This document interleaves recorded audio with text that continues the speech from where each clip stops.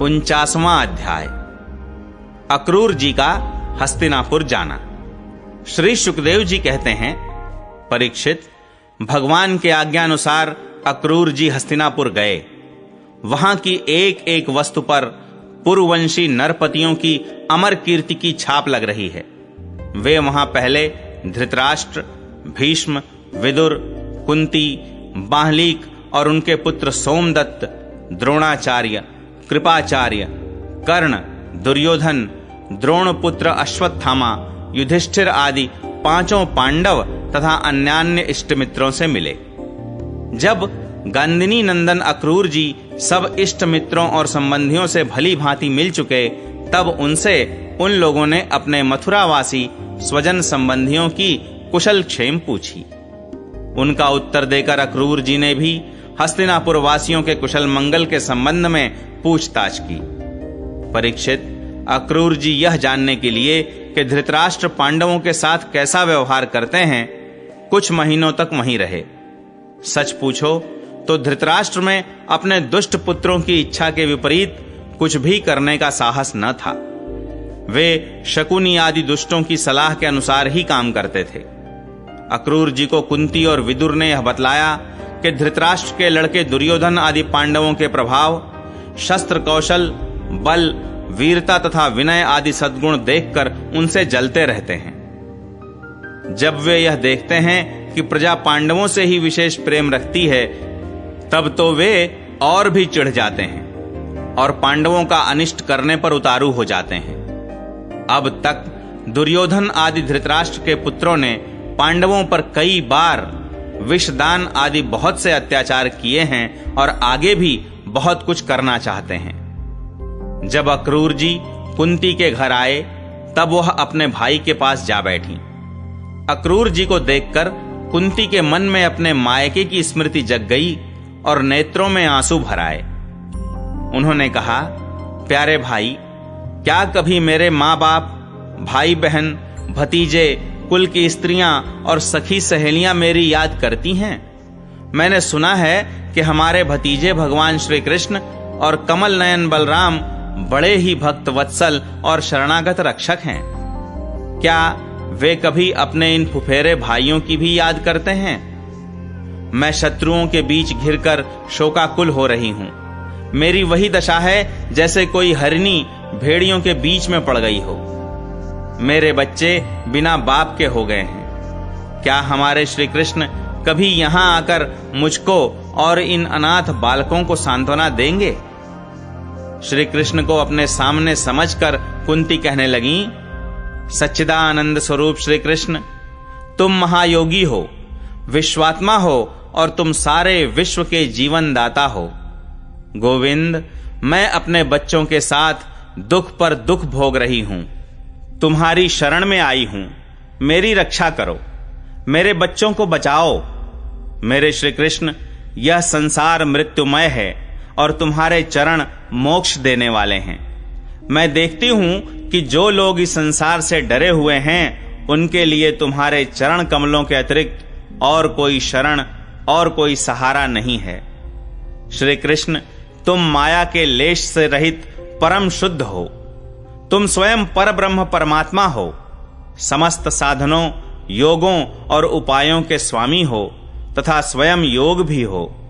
श्री कृष्ण, मैं तुम्हारी शरण में आई हूं, तुम मेरी रक्षा करो। श्री सुखदेव जी कहते हैं, परीक्षित, तुम्हारी परदादी कुंती इस प्रकार अपने सगे संबंधियों और अंत में जगदीश्वर भगवान श्री कृष्ण को स्मरण करके अत्यंत दुखित हो गईं और फफक फफक कर रोने लगीं। अक्रूर जी और विदुर जी दोनों ही सुख और दुख को समान दृष्टि से देखते थे। दोनों यशस्वी महात्माओं ने कुंती को उसके पुत्रों के जन्मदाता धर्म, वायु आदि देवताओं की याद दिलाई और यह कहकर कि तुम्हारे पुत्र अधर्म का नाश करने के लिए ही पैदा हुए हैं, बहुत कुछ समझाया, बुझाया और सांत्वना दी। अक्रूर जी जब मथुरा जाने लगे, तब राजा धृतराष्ट्र के पास आए। अब तक यह स्पष्ट हो गया था कि राजा अपने पुत्रों का पक्षपात करते हैं और भतीजों के साथ अपने पुत्रों का सा बर्ताव नहीं करते। अब अक्रूर जी ने कौरवों की भरी सभा में श्री कृष्ण और बलराम जी आदि का हितैषिता से भरा संदेश कह सुनाया। अक्रूर जी ने कहा, महाराज धृतराष्ट्र जी, आप कुरुवंशियों की उज्जवल कीर्ति को और भी बढ़ाइए। आपको यह काम विशेष रूप से इसलिए भी करना चाहिए कि अपने भाई पांडु के परलोक सिधार जाने पर अब आप राज्य सिंहासन के अधिकारी हुए हैं। आप धर्म से पृथ्वी का पालन कीजिए, अपने सद्व्यवहार से प्रजा को प्रसन्न रखिए और अपने स्वजनों के साथ समान बर्ताव कीजिए। ऐसा करने से ही आपको लोक में यश और परलोक में सद्गति प्राप्त होगी। यदि आप इसके विपरीत आचरण करेंगे तो इस लोक में आपकी निंदा होगी और मरने के बाद आपको नरक में जाना पड़ेगा। इसलिए अपने पुत्रों और पांडवों के साथ समानता का बर्ताव कीजिए। आप जानते ही हैं कि इस संसार में कभी कहीं कोई किसी के साथ सदा नहीं रह सकता।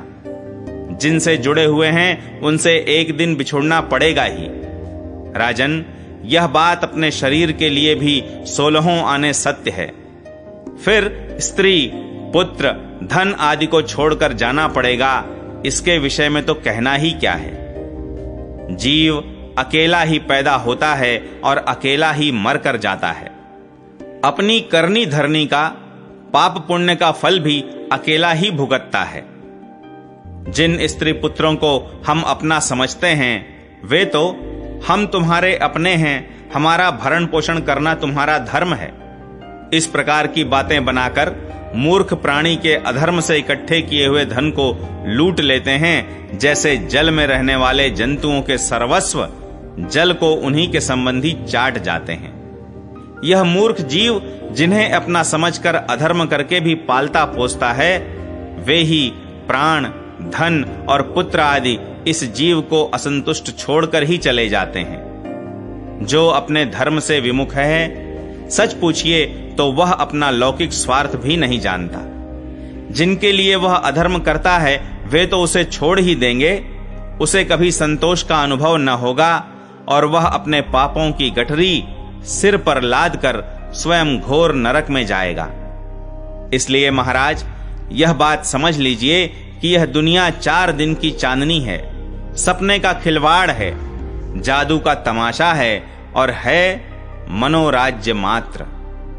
आप अपने प्रयत्न से, अपनी शक्ति से चित्त को रोकिए, ममतावश पक्षपात न कीजिए। आप समर्थ हैं, समत्व में स्थित हो जाइए और इस संसार की ओर से उपराम शांत हो जाइए।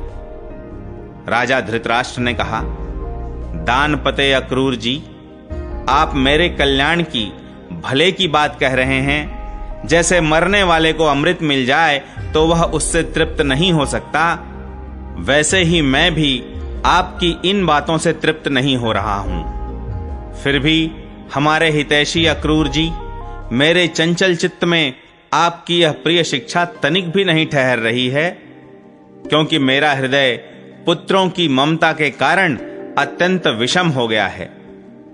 जैसे स्फटिक पर्वत के शिखर पर एक बार बिजली कौंधती है और दूसरे ही क्षण अंतर्धान हो जाती है, वही दशा आपके उपदेशों की है।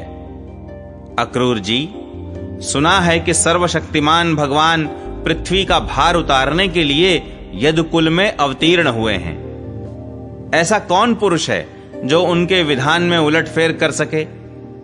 उनकी जैसी इच्छा होगी वही होगा। भगवान की माया का मार्ग अचिंत्य है। उसी माया के द्वारा इस संसार की सृष्टि करके वे इसमें प्रवेश करते हैं और कर्म तथा कर्म फलों का विभाजन कर देते हैं। इस संसार चक्र की बेरोक टोक चाल में उनकी अचिंत्य लीला शक्ति के अतिरिक्त और कोई कारण नहीं है। मैं उन्हीं परमैश्वर्य शक्तिशाली प्रभु को नमस्कार करता हूं। श्री सुखदेव जी कहते हैं, इस प्रकार अक्रूर जी महाराज धृतराष्ट्र का अभिप्राय जानकर और कुरुवंशी स्वजन संबंधियों से प्रेम पूर्वक अनुमति लेकर मथुरा लौट आए। परीक्षित, उन्होंने वहां भगवान श्री कृष्ण और बलराम जी के सामने धृतराष्ट्र का वह सारा व्यवहार बर्ताव जो वे पांडवों के साथ करते थे कह सुनाया, क्योंकि उनको हस्तिनापुर भेजने का वास्तव में उद्देश्य भी यही था। इति दशम स्कंध पूर्वार्ध समाप्त।